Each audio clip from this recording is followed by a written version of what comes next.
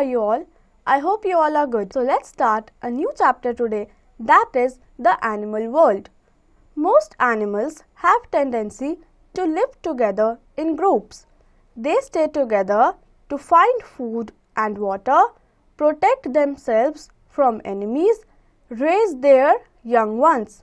तो बच्चों, बहुत सारे एनिमल्स ग्रुप में रहना चाहते हैं जिससे कि वो इजीली अपने लिए खाना ढूंढ पाएं, अपने बच्चों को एक अच्छे एटमॉस्फेयर में रेज कर पाएं और एनिमीज से एक दूसरे को प्रोटेक्ट कर पाएं. Animals that move in groups. Some animals move about in groups in order to ensure their safety. Some move in groups simply because food is concentrated in a small area and individual animals gather there to eat. In the Antarctic, penguins huddle together to face a snowstorm to keep warm. They keep their babies in the middle of group. तो बच्चों, कुछ animals group में इसीलिए घूमते हैं कि वो safe रह सकें. जैसे कि कभी कभी खाना बहुत कम होता है तो वो ये सोचते हैं कि वो ग्रुप में रहेंगे तो ज़्यादा खाना ढूंढ पाएंगे एंड सभी खा पाएंगे. पेंगुइन्स स्नो स्टॉर्म से बचने के लिए एक सर्कल बना के खड़े हो जाते हैं अपने बच्चों को बीच में रख के, जिससे कि वो अपने बच्चों को प्रोटेक्ट कर सकें. Penguins with their babies. अगर आप पिक्चर में देखेंगे तो आपको पेंगुइन्स और उनके बच्चे दिखाई देंगे. In most animal groups, a few members become group leaders and others remain followers. The leaders hold their position by fighting or showing their strength. तो बच्चों, एनिमल्स के ग्रुप्स में कुछ लीडर्स होते हैं जो कि हमेशा फ्रंट में रहते हैं और उन लोगों को प्रोटेक्ट करते हैं. They watch out for danger when other members of the group eat or sleep. The leader also fights the enemy to protect the group. Hens and a few other bird species have a pecking order. In the pecking order, a single bird becomes dominant or most important. Some insects like ants and termites live in colonies. तो बच्चों, animal leaders अपने group का ध्यान रखते हैं जब वो खाना खा रहे होते हैं या सो रहे होते हैं.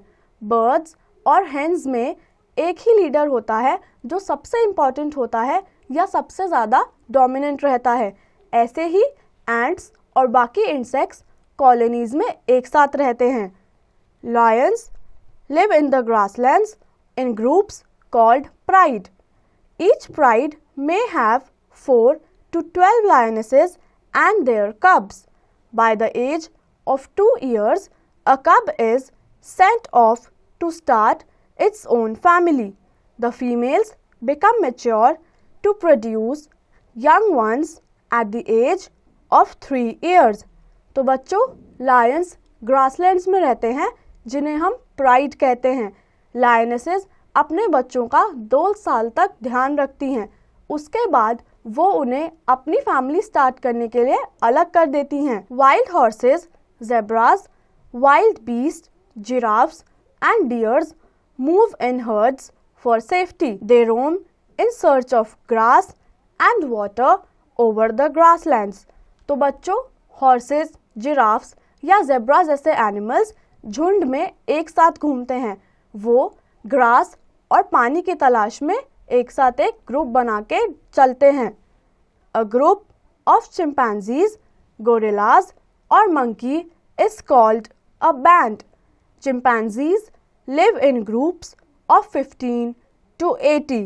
The mother chimpanzee and her babies form a smaller group within the larger group. These animals use facial expressions and gestures to communicate with one another.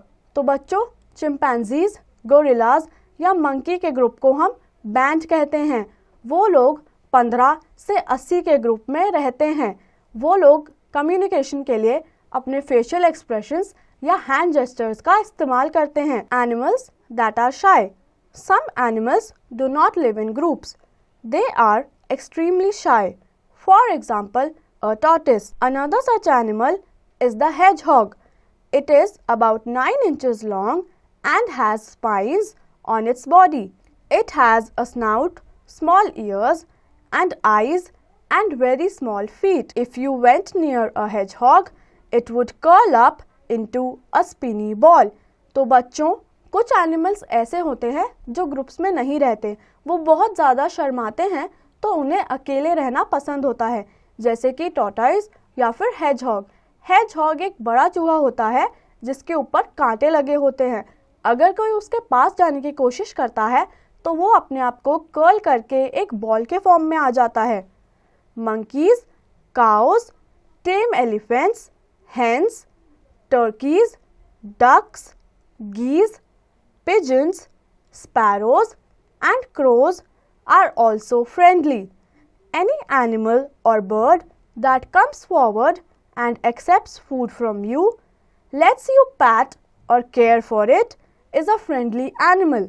You should be careful while trying to touch a strange animal as you may get scratched or bitten. तो बच्चों, monkeys, cows and elephants जैसे animals बहुत friendly होते हैं। अगर कोई जानवर आपको अपने पास आने दे रहा है और उन्हें प्यार करने दे रहा है तो इसका ये मतलब है कि वो फ्रेंडली है, पर आपको कभी भी किसी स्ट्रेंज एनिमल को हाथ नहीं लगाना चाहिए। अगर आपको देख के लग रहा है कि वो थोड़ा स्ट्रेंज हो सकता है तो आपको उससे दूरी बनाए रखनी चाहिए। Dolphins live in big groups in the ocean. Some groups, schools have 100 dolphins. Are dolphins friendly? They swim along with people who swim in the sea. They are said to have saved many people from drowning. तो बच्चों, dolphins भी ocean में groups में रहती हैं। आप देखेंगे कि एक बारी में आपको ओशन में 100 डॉल्फिन्स मिनिमम दिखाई देंगी। क्या आपको लगता है कि डॉल्फिन्स फ्रेंडली हैं? क्योंकि डॉल्फिन्स ने बहुत बार इंसानों को डूबने से बचाया है और वो इंसानों के साथ स्विम भी करती हैं। You will notice that animals do not harm you unless they are startled, attacked, or are afraid that you will harm them or their babies. तो बच्चों, आप ऐसा नोट करेंगे कि एनिमल्स आपको इजीली हर्ट नहीं करेंगे।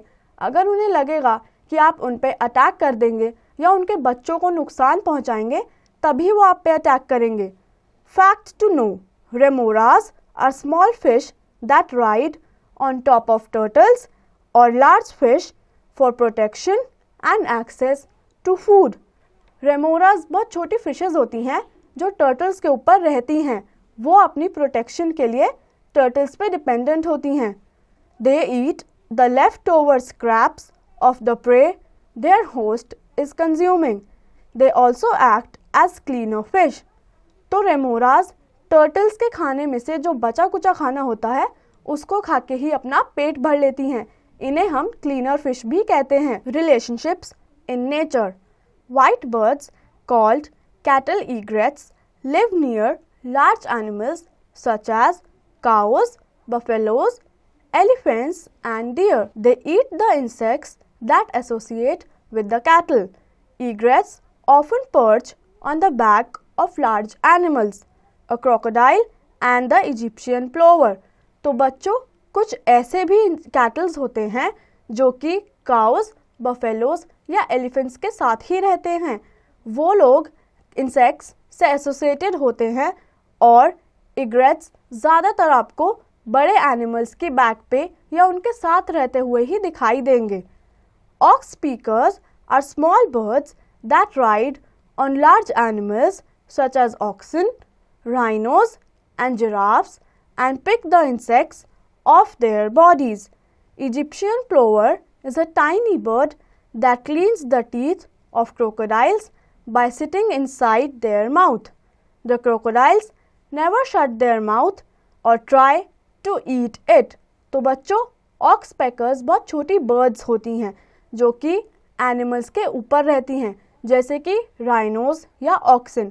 आप देखेंगे कि इजिप्शियन प्लोवर एक बर्ड है जो कि क्रोकोडाइल के दांत साफ करती हैं. अगर वो क्रोकोडाइल के मुंह के अंदर बैठी हो तो क्रोकोडाइल कभी भी अपना मुंह बंद नहीं करते. Big years, small years. Animals' hair with the help of ears. Ears may be of many sizes and shapes. Big ears may look funny, but they catch a lot of sound. Bats and foxes use their big ears to find prey and escape from enemies. तो बच्चों, animals के बहुत types के years होते हैं. कुछ के बहुत छोटे होते हैं और कुछ एनिमल्स के बहुत बड़े होते हैं. जैसे कि बैट्स के बहुत बड़े ईयर्स होते हैं और वो अपना शिकार उसकी मदद से इजीली ढूंढ पाते हैं. Fact to know, an elephant lives in hot areas, but its blood is even hotter. The heat from its body escapes into the air through the surface of its ears. It keeps the elephant cool. तो बच्चों, elephant बहुत ज़्यादा ही गर्म animal है और उसका खून उससे भी ज़्यादा गर्म होता है.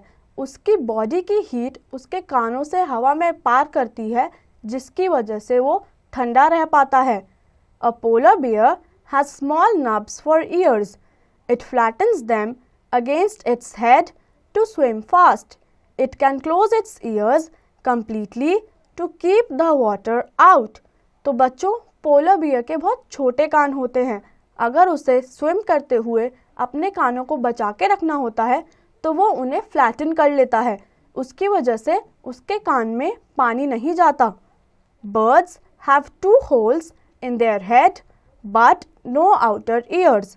This adaptation helps birds to control their speed when they fly upwards or downwards. Birds can hear sounds which human cannot hear. तो बच्चों, birds के ears नहीं होते, उनके सर पे 2 छेद होते हैं, जिसकी वजह से जब वो उड़ते हैं तो उनकी अपवर्ड और डाउनवर्ड मूवमेंट कंट्रोल होती है. बर्ड्स ऐसी आवाज़ें सुन सकती हैं जो हम इंसान नहीं सुन पाते. A bird flying high in the air can hear the sound of fish jump in the water below और the sound of insect in the shifting desert sand. बच्चों, बर्ड्स के वो छेद इतने स्ट्रांग होते हैं कि अगर वो आसमान में उड़ रहे हों तो उन्हें पानी के अंदर अगर मछली जंप कर रही है तो वो आवाज़ भी सुनाई पड़ जाती है. Ears help the animal locate which direction the sound is coming from. Many animals have ears which can move. Have you ever seen a dog prick up its ears and move them from front to back? These movable ears help it to know exactly where a sound is coming from. तो बच्चों, animals के years उन्हें help करते हैं जानने में कि आवाज़ किस डायरेक्शन से आ रही है. अगर आप एक डॉग को देखेंगे तो वो अपने कान मूव कर सकता है. ऐसा इसीलिए है क्योंकि उसे उस मूवमेंट से साउंड की डायरेक्शन पता लगती है. वो एग्जैक्टली पता कर सकता है कि आवाज़ कौन सी डायरेक्शन से आ रही है. Snakes do not have ears. They hear through vibrations on the ground. If you have ever seen a snake charmer, you may wonder why the snake sways in tune with the music. The snake cannot hear the music but simply follows the charmer's movements. बच्चों, snacks के कान नहीं होते. Ground पे जो vibrations होती हैं वो उनको ही फॉलो करते हैं. यदि आपने कभी सपेरा देखा होगा तो वो एक ट्यून बजा रहा होता है. स्नेक उसे सुन नहीं सकता पर वो सपेरे को फॉलो करता है और उसके पीछे जाता है. One of the most famous underwater communicator is the dolphin. The dolphin also uses its hearing to see.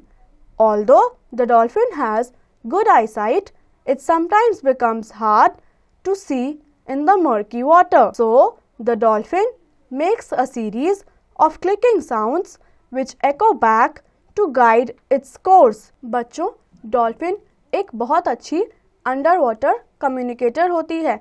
दो उनकी सुनने की क्षमता बहुत अच्छी होती है, वो अपनी आईसाइट से भी बहुत कुछ कर पाते हैं. जैसे कि वो क्लिकिंग साउंड्स प्रोड्यूस करते हैं जो एको करती हैं और उन्हें गाइड करती हैं. Hair, fur and feathers. Some animals are hairy, some have very less hair while others have a thick furry coat.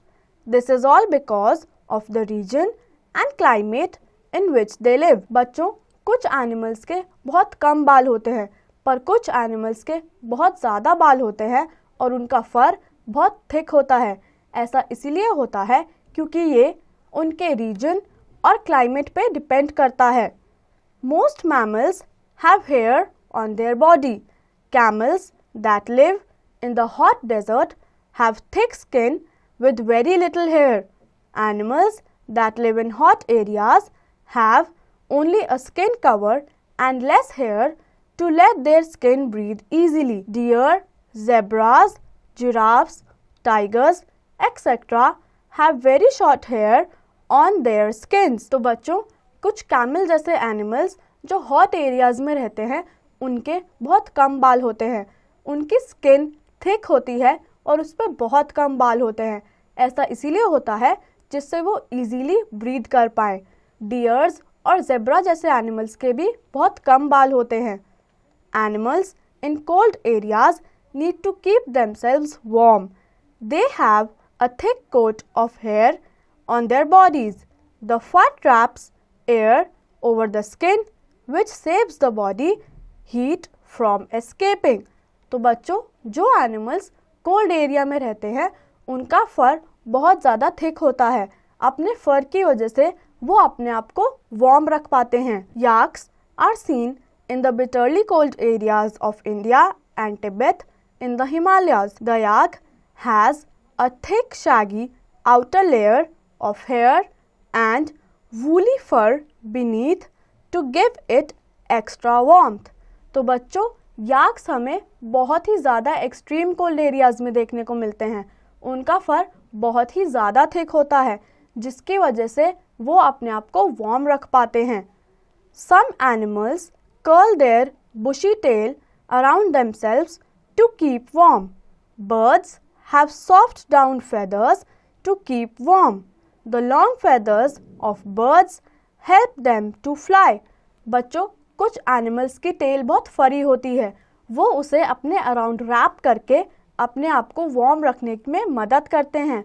Birds के विंग्स जो बड़े वाले होते हैं वो उन्हें फ्लाई करने में हेल्प करते हैं, पर उनके पास छोटे भी होते हैं जिससे वो अपने आप को वार्म रख पाते हैं। Water birds have oil glands that make them waterproof. Birds like cormorants and darters do not have oil glands, so they need to spread their wings in the sunlight to dry them when they get wet.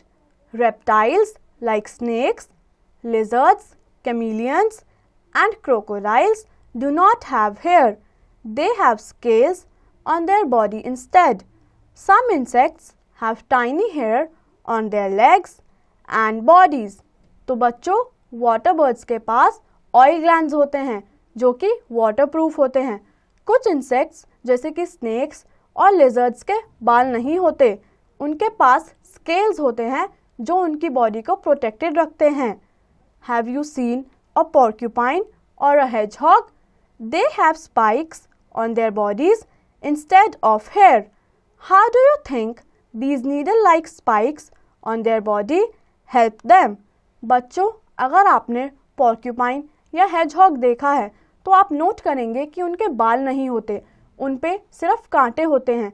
तो आपको क्या लगता है कि ये animals खुद को कैसे वार्म रखते हैं? Pat a pet dog and feel the hair. Does your pet dog like to be treated like that? Now run your fingers through your hair as you do in the combing action. Does it make you feel good? Mothers often pat their babies in this manner. Animals lick the coat of each other and their young ones. तो बच्चों, यदि आप कभी एक dog को PAT करेंगे तो आप बताइए कि उसे अच्छा लगेगा या बुरा। यदि आपके पास एक डॉग है तो आप उसे पैट करेंगे तो वो खुश होगा। ऐसे ही सब मदर्स अपने बेबी एनिमल्स को पैट करती हैं और उनका ध्यान रखती हैं। कुछ एनिमल्स एक दूसरे को लिक करते हैं और एक दूसरे का ख्याल रखते हैं। Hair on animal bodies help plants to spread their seeds. You will notice that some plants have thorny seeds that cling to the hair of animals. The animals carry the seeds to new places, helping in seed dispersal. We also use the hair of rabbits, sheep and pashmina goats that are reared in cold mountain areas to make yarn for warm clothes. तो बच्चों, animals plants की भी मदद करते हैं. उनकी seeds animals के बालों में अटक जाती है और बाकी जगहों तक इजीली स्प्रेड हो पाती है. रैबिट्स और शीप जैसे एनिमल्स का हेयर जो कि फर होता है, यार्न और क्लोथ्स बनाने में हेल्प करता है. So this brings us to the end of this chapter. I hope आप सभी को ये चैप्टर अच्छे से समझ आया होगा और आप इसकी एक्सरसाइज की प्रैक्टिस खुद से करेंगे.